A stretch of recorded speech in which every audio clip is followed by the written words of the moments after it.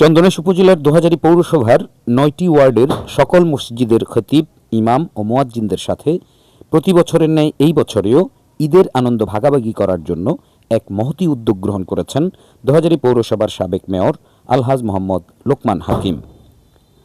তাঁর মরহুম পিতার নামে প্রতিষ্ঠা করা সমাজসেবামূলক সংগঠন আলহাজ আবুল কাশেম লেদু চেয়ারম্যান স্মৃতি ফাউন্ডেশনের সার্বিক সহযোগিতায় শুক্রবার ১৩ই মার্চ দুপুরে তাঁর নিজ বাসভবনে দোহাজারী পৌরসভার ৯টি ওয়ার্ডের ২০০ জন খতিব, ইমাম ও মুয়াজ্জিনদের ঈদের উপহার হিসেবে পাঞ্জাবি, লুঙ্গি ও নগদ অর্থ হাদিয়া দিলেন তরুণ প্রজন্মের আইডল, সমাজসেবক এই মানবিক নেতা।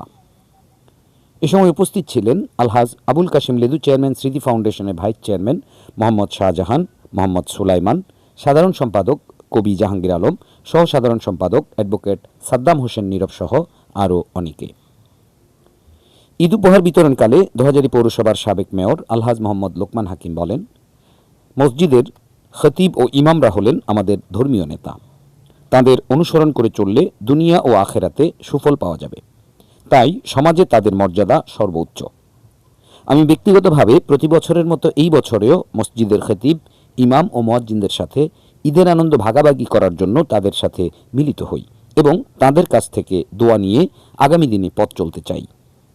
তিনি আরও বলেন, মসজিদের খতিব, ইমাম ও মুয়াজ্জিনরা হচ্ছেন সমাজের সবচেয়ে সম্মানিত ব্যক্তি। প্রতিটি গ্রাম ও পাড়া মহল্লায় ইমামরা নেতৃত্ব দেন। সমাজ পরিবর্তন করতে ইমাম মুয়াজ্জিনদের গুরুত্বপূর্ণ ভূমিকা রয়েছে। মসজিদের খুতবায় সমাজের অরাজকতা, সন্ত্রাস, নৈরাজ্য, মাদক, বাল্যবিবাহ সহ কিশোর গ্যাং দমনের বিষয়ে আলোচনা করতে হবে। তাহলে সকলের প্রচেষ্টায় এলাকায় শান্তি বজায় থাকবে। মানুষের সেবা করতে পদ পদবিতে থাকাটা জরুরি নয়, এজন্য মানুষের সেবা করার মানসিকতা থাকতে হবে। ২০২৪ সালের ১৭ জুলাই দোহাজারী পৌরসভার প্রথম নির্বাচনে পৌরবাসী আমাকে বিপুল ভোটে নির্বাচিত করেছেন তাদের সেবা করার জন্য। আমি মেয়র নির্বাচিত হওয়ার বহু বছর আগে থেকেই মানুষের পাশে থেকে তাদের সেবামূলক কাজ করেছি। মেয়র হওয়ার পর পৌরসভার অবকাঠামোগত উন্নয়নের মাধ্যমে আধুনিক দোহাজারী বিনির্মাণে ভূমিকা রাখার চেষ্টা করেছি। ইনশাআল্লাহ আগামীতেও এভাবেই মানুষের পাশে থাকব। প্রত্যেক বছর গত বছর এদের মধ্যে একটু বাহার দিয়ে